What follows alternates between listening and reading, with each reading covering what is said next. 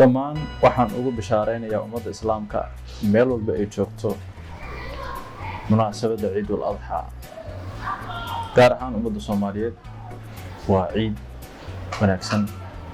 waxaan idin rajaynayaa inaad ciidan la qaadataan idinka iyo faamiliyadeenna iyo saaxiibadeen sida ugu wanaagsan.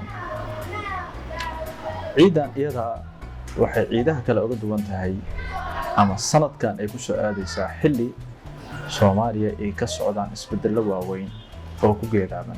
isbeddeladaas oo ku saabsan siyaasadeeda arrimaha gudaha, arrimaha dibadda, mandiqada ay ku taal. waxaana loo baahan yahay xilligan oo kale in dadku ay dhabarka isa saaraan. waxa ay ku khilaafsan yihiin ee meel iska dhigaan, waxa ay wadaagaan ay ka wada hadlaan. waxaan wada ogsoonnahay siyaasadeenna in mar walbaba aysan ka marnayn faragelin shisheeye. faragelinta iyada ah mar walba waxa ay kaalin siisaa in aan isku nimaadno.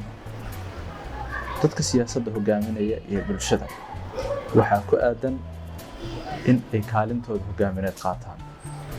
waxaa ku aadan in inta aan awaamiir la siin ay isu tanaasulaan. adduunku sidii hore ma aha. waxaa socdo culaysyo fara badan oo ka imaanaya wadamo faraha kula jira siyaasadda Soomaaliya.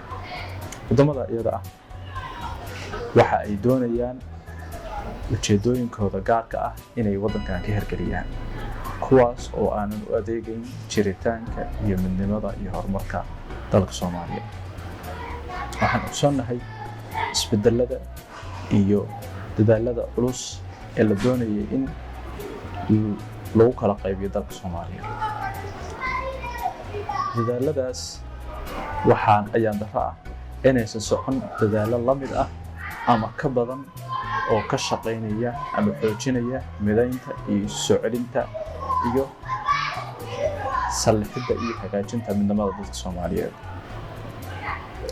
waxaa soo cusboonaanaya in la cariyo waxyaabihii dhibaatooyinka sababay. waqtiga hadda la joogo kaalinta qofka aqoon-yahanka ah waxay tahay inuu xoogga saaro in uu bulshadiisa mar walba la wadaago waxa la wadaago. marka laga hadlayo ummad iyo qaran ma aha wax ku saabsan deegaan gaar ah ama beel gaar ah, waa wax ku saabsan ummad dhan. sida ku asteystan calankeenna Soomaaliya waa 5 qaybood. hadda waxaa joogta ama wada joogta 3 qaybood. 3 qaybood oo la isku sii hayo waxa ay u weer qaadi kartaa in loo qareemo labada maqan. ma jirto dadka Soomaaliyeed meel isku raaceen in labada maqan laga tanaasulo. si kastoo ay uga tirsan yihiin dalal kale ama loo siiyo dalal kale, dhul ahaan iyo dad ahaan waa dad Soomaaliyeed oo sugaya in ay helaan deegaankooda oo xor ah, dibna oo la midoobaan dadkooda. iyadana dhanka kale ma jirin dadkaas Soomaaliyeed ee maqan meel ay uga tanaasuleen midnimada ayada.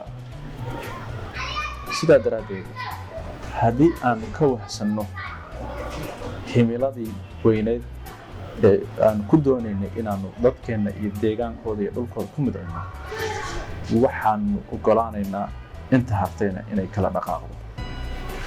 yoolkeenna haddeer waa inaan ka shaqayno inta wada joogta sidii loo wada hayn lahaa.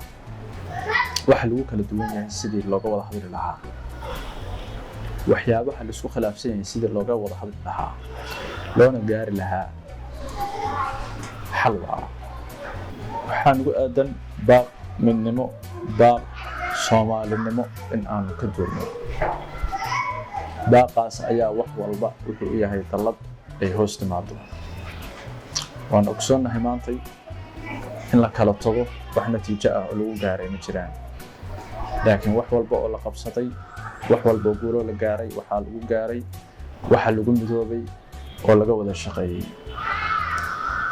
waxaan xusuusinaynaa haddii aanan inagu isla hadlin, haddii aanan inagu sun soo noqon, haddii aanan inagu wada hadlin, waxaanu marti ku noqonaynaa waxaanu magan ku noqonaynaa dalal shisheeye sida haddaba jirta. dadka Soomaaliyeed waxa ay marti ku yihiin afarta gees ee adduunka. dhaqaale geliyeen, waxbarasho geliyeen, maalgashi bay ku sameeyeen. taasna ma siinaysa damaanad inay ku noqdaan muwaadiniin asal ah oo u dhashay. dadaalka iyo waxqabadka iyo maalgashiga la sameynayo waxa iska leh dalkeena. awoodeenna iyo kartideenna iyo dadnimadeenna waxaa la rabaa in aanu miiska kula nimaano, inaan isu soo hor fariisano, inaan ku dhiirano, inaan wada hadalno. waxaan xasuustaa baarlamaanadii hore ee Soomaaliya xilligii ku-meel gaarka in baarlamaanka dhexdiisa laisku gacan qaadi jiray. in baarlamaan Soomaaliya dhexdeeda laisku gacan qaado ayaa waxa uu ka fiican yahay in lagu wada qoslo waddan shisheeye. dadka Soomaaliyeed waa hoggaanka Afrikaanka. meel walba oo la tagay, qurbaha la tagay, dadka Soomaaliyeed waxay muujiyeen inay yihiin dad hoggaan ah. arrimaha bulshada, diinta, iskaashiga, cilmiga, inay dad saas yihiin. waxaa la rabaa inaan ku dhiirano inaan walaalkeen Soomaaliyeed aan ka faa'iideysano, inaan dareensiino ama aan isdareensiino, inaan wax wadaagno, in aan wax isku qabsano, inaan doodno, si adag u doodno, inaan wax walba oo khaldan aan miiska soo dhigno, in aan niqaash sax ah ilaa aan ka gaarno aan wada fadhino. waa isku dhannahay, dalkaanaanan leenahay. wax walba oo aan nahay iyo wax walba oo aan hiigsan karno awowayaashin halkaan inooga tageen. dadka Soomaaliyeed taariikhda marka ay soo mareen iyo waqtiga hadda la joogo iyo waqtiga naga dambeyn doono waxaa bedeli doona, waxaa dhagax dhig u noqon doona taariikhda iyo fikirka iyo nolosha aan u dejinno jiilasha naga dambeeya. waxaa loo baahan yahay in geesinimo la muujiyo oo dhiiranaan loo yeesho in aanu isu nimaadno. haddii aanan sidaa yeelin, sida hadda dhacdaba, waxaa dhici doonta in shisheeye isugu kaayeero, inta annagoo ka liidanana aanu is hor fariisanno, wax aanan ku qanacsanayna aan aqbalno, aanan ku noolaano waddo xun oo fool xun. gobonimaduna waddadii lagu gaari lahaa ay naga sii fogaato. waxaan rajaynayaa arrinta ciida inay ku dhacdo dhaga u duuleela laabta oo aanan u duuleyn leerta. guul baan sii rajaynaynaa. Soomaaliya ha israacdo.